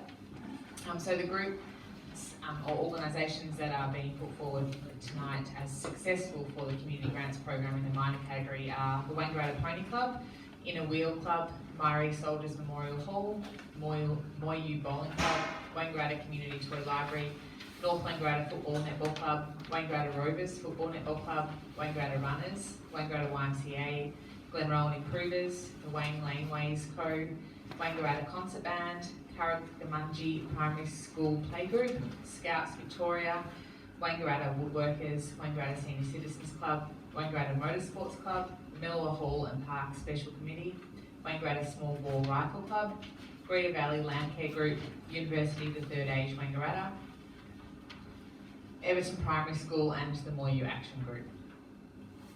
Thank you, Jamie. Can I have a mover for that? Councillor Fuller and Councillor Fitzpatrick, second that.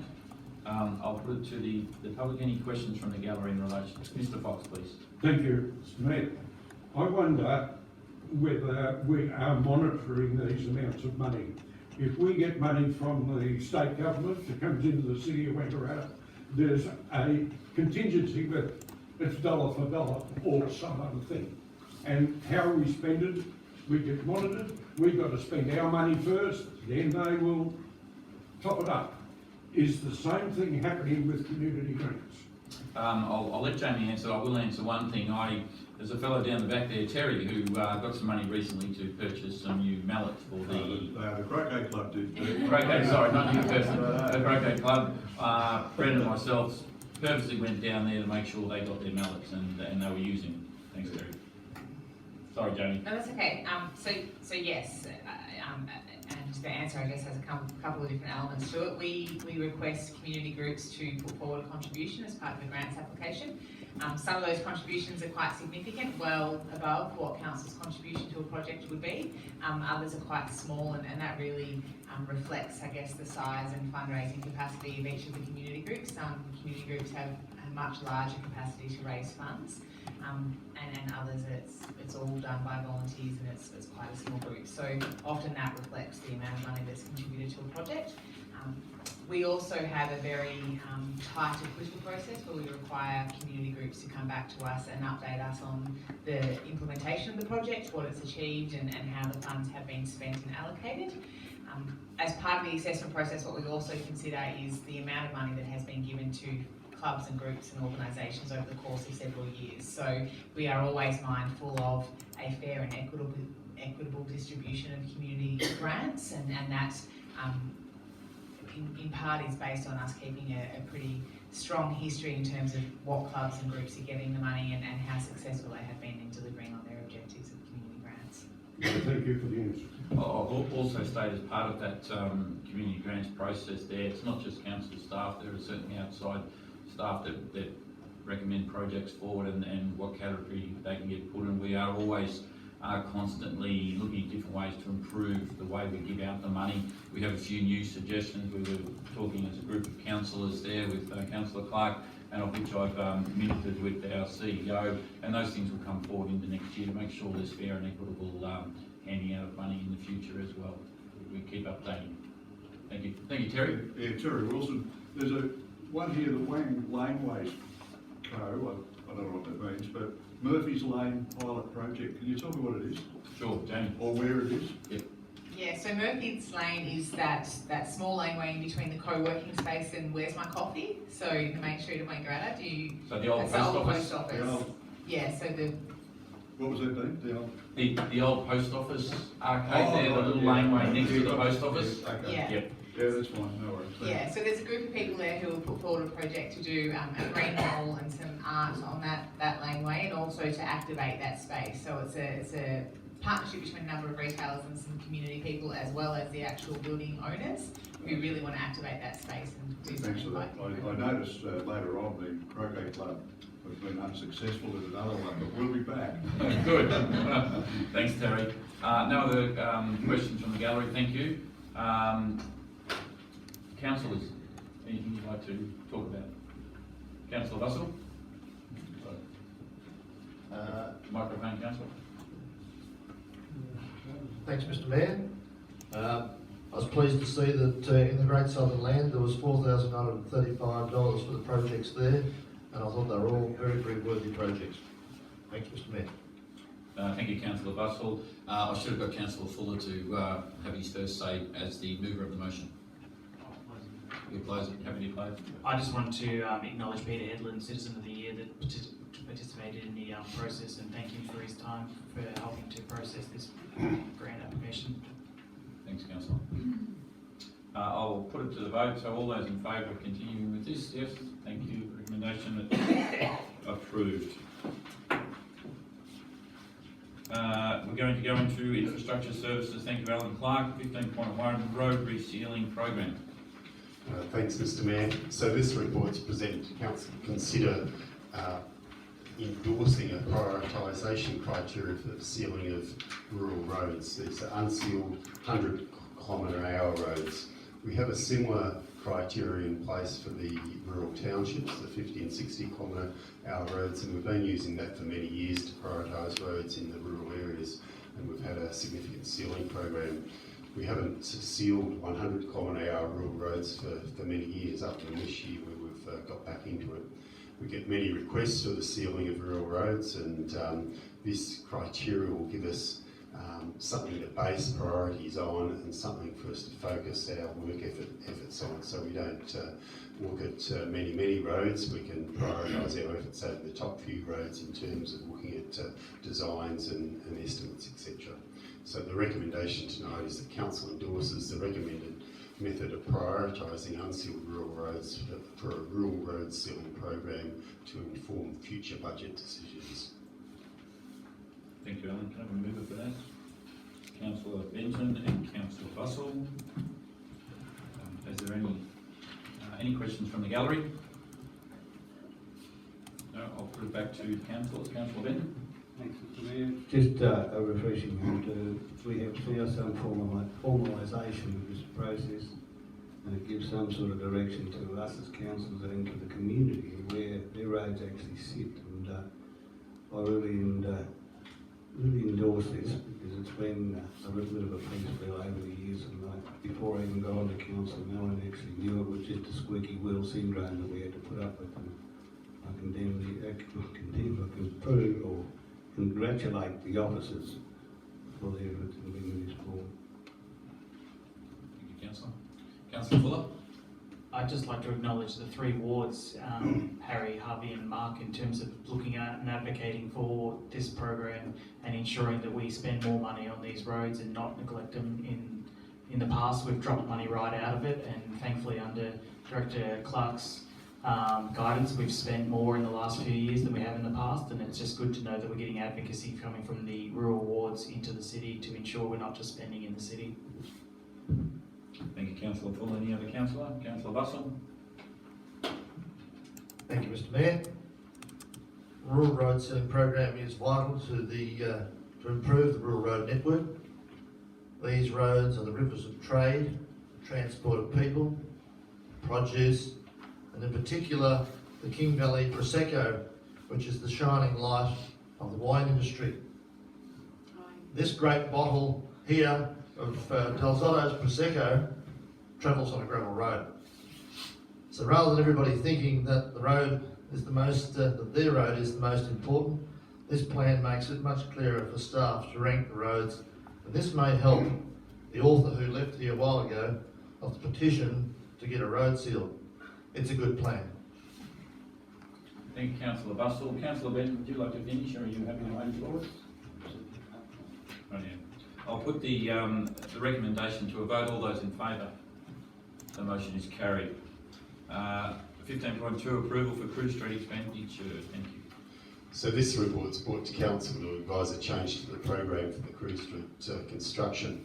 When we went to budget about this time last year, we expected this project to span fairly equally 2 financial years. When we went out to tender, we attracted some of the bigger players that we don't normally get tendering for works in Wangaratta, and they've been able to progress much faster. We brought some money forward in the mid-year budget, but it now appears that Macca Constructions are likely to finish this project around the end of the financial year.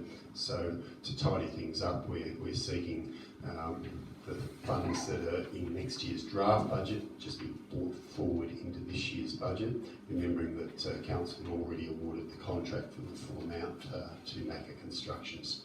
So the recommendation tonight is the council adopt an increase to the 2018-19 budget of $2,411,390.83 and a reduction to the 2019-20 draft budget of the same amount, being the $2,411,390.83. Thank you, Councillor.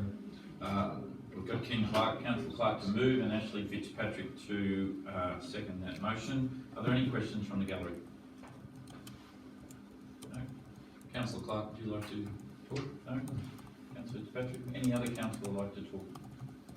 No. Pretty basic. Put the motion forward. All those in favour? The motion is carried. Thank you, Alan.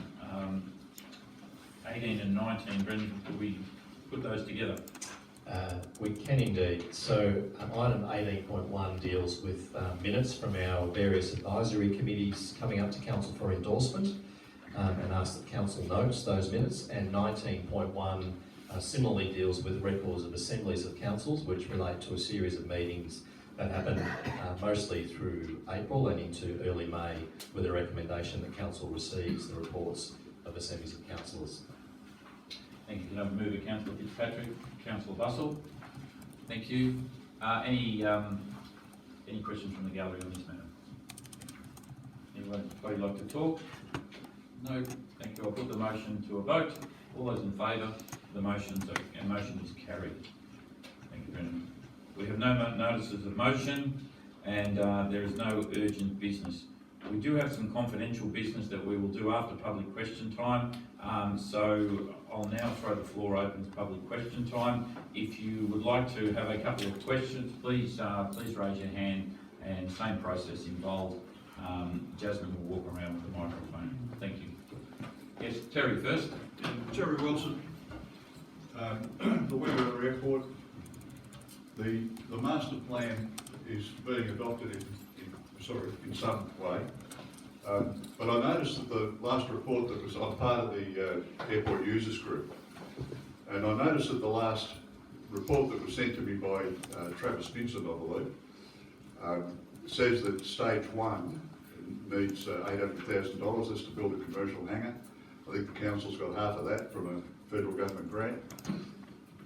I have an interest in building a hangar at the airport, and I can't get it across the line because in stage 1 they're not considering hobby hangars. Hobby hangars come into it in that report that Travis sent to me in stage 2. But stage 2 requires $4 million for infrastructure. Now, the council officer told me some time ago that it would take 18 months to 2 years for this process to sort of work through the process. And I'm thinking that I can't see that I'll be building a hangar there in the next 5 years. I don't know where the council will get $4 million for infrastructure for something that people like me, a hobby, a recreational aviator, I don't need infrastructure. I don't need power. I don't need water. A bit of drainage is all right. I don't need taxiways. I can taxi my aeroplane across the grass. So I'm just wondering where the council's up to in terms of that implementation of that master plan. Because small operators like me get very frustrated, and we don't want to go elsewhere. We want to stay here. I live in Wangaratta. I came here as a 9-year-old. I left at 21. I came back when I was 51, and I'll probably remain here. But it's so frustrating. We just don't seem to be able to get the answers. Thanks for your time. Someone will answer that, I guess. It's Stephen, right? Thanks, Terry. Thank you. Yes. Thank you, Terry. Look, just to give an update on what you mentioned, the master plan was adopted by council some time ago. Following that, we've decided that we also needed to do an infrastructure development plan, which is the process that you've been involved in. That process is reaching a stage where it will be finalised very soon and identifies a number of stages of works that would be required out of the airport for development into the future. Now, quite rightly point out that stage 1 relates to the development of a commercial hangar and associated infrastructure, and stage 2 then relates to other parts, including the hobby hangars, and there's a number of other stages to follow. I think the next step for us is to put that in front of council and get that endorsed, and then move through a process of getting development out there. That includes continuing a discussion with the users group out there, and also adjusting our approach as we move forward if we need to. I know that doesn't specifically answer your question about when you would be able to build a hobby hangar out there. At this stage, just to try and answer your question, the priority is to get that commercial hangar and associated infrastructure developed out there, and then to look towards the hobby hangars. I'm happy to have a more detailed conversation with you afterwards. Thank you. Thank you, Stephen. I will also state that that with there's a bucket of money out there at the moment that the government has promised $150 million for regional airports. To have all these infrastructure plans, etc., that Stephen has spoken about, we need to have those in line for us to even try and apply for that funding. Hopefully, by having all our ducks in a row, that the funding process will be a lot easier for us to get a share of that $150 million for regional airports, and that will hopefully procure getting some stage 2 of that development a lot earlier than what could possibly be. Thank you, Terry, for your question. Mr. Fox, I did see your hand up that time. I'd hate to ignore you. I just want to make a comment, Mr. Mayor. I noticed an enormous amount of enthusiasm about logos in the last half hour or so.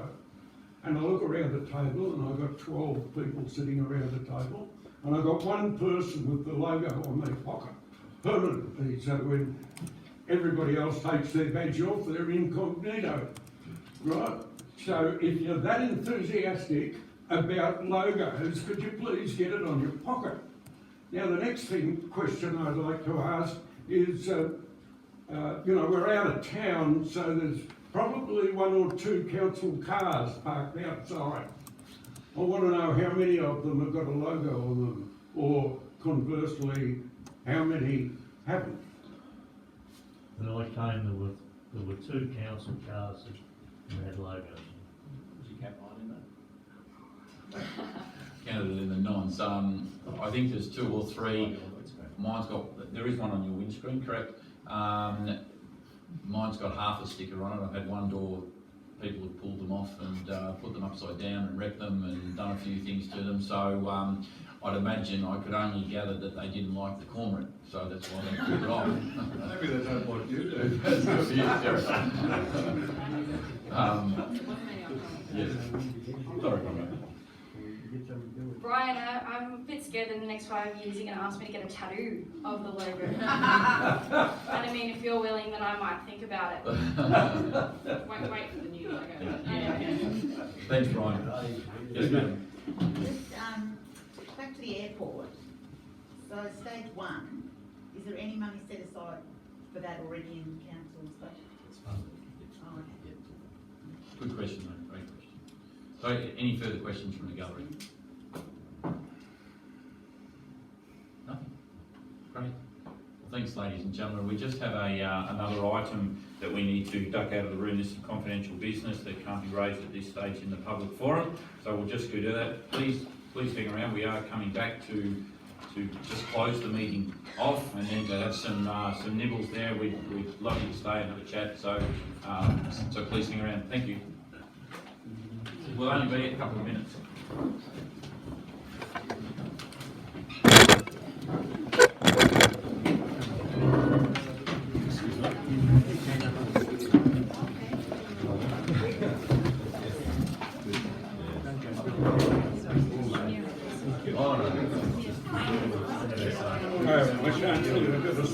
I'll sit around here.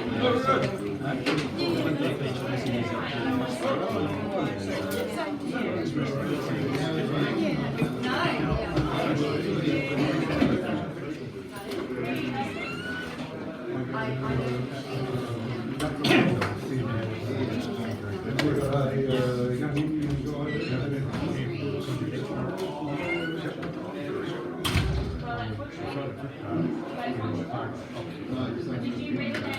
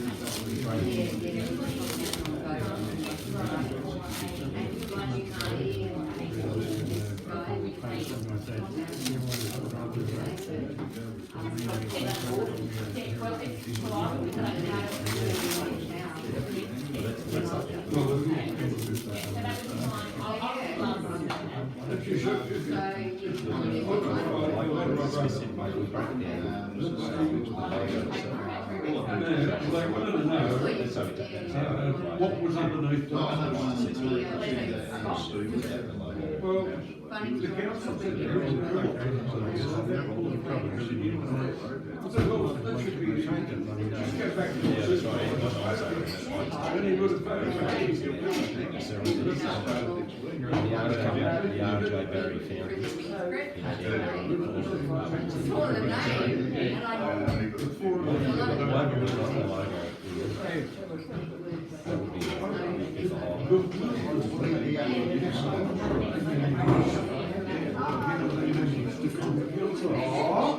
Just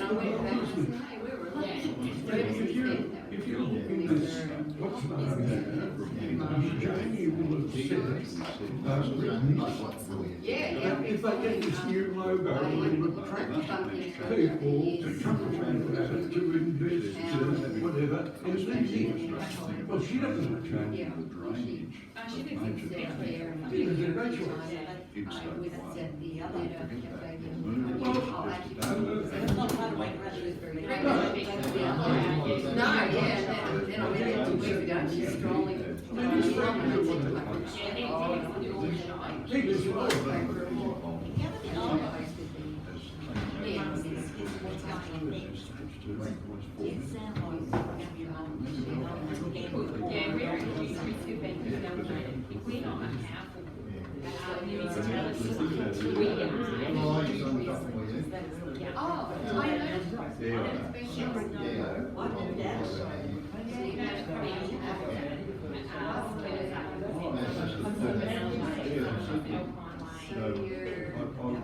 If you're building a house.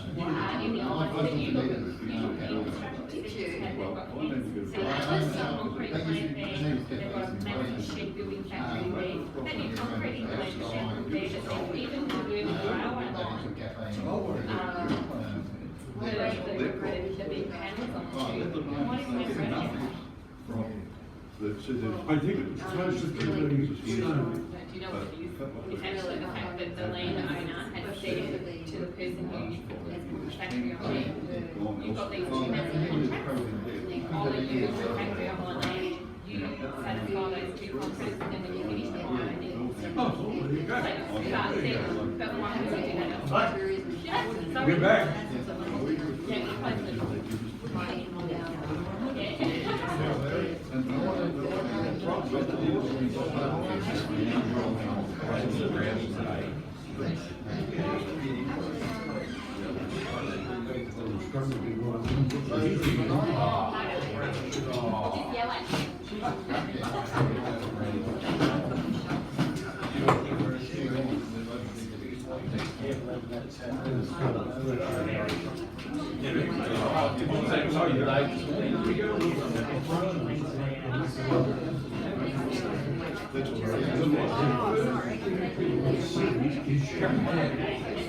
They don't see colour words, they see shape. If you drive up the road, you see the stop sign, it's actually, you see the shape. Thank you, ladies and gentlemen. I've got the microphone. Thank you for your time today. It's time for the closure of our meeting, item 24. I do appreciate you all attending and for your comments, your general questions, and your questions on certain issues tonight that have come out on bits and pieces. Please stay around, have a cup of coffee with us and a cake. There's the ladies have put on a great. Who did this one this time? Or is this you? The CFA. The CFA have done this, so thank you to the CFA for putting on bits and pieces here tonight. Have a great day. He'll be gone by the time we finish. Yeah, he's believe it or not. So thanks everyone, and have a safe trip home from here. Thank you. Thank you.